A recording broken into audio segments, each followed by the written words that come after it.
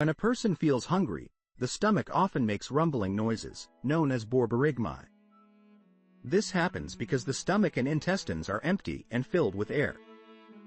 When the body senses hunger, it releases hormones that signal the digestive system to prepare for food.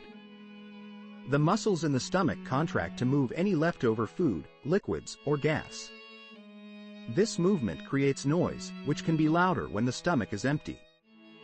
So, a growling stomach is a natural signal that the body needs fuel to keep going.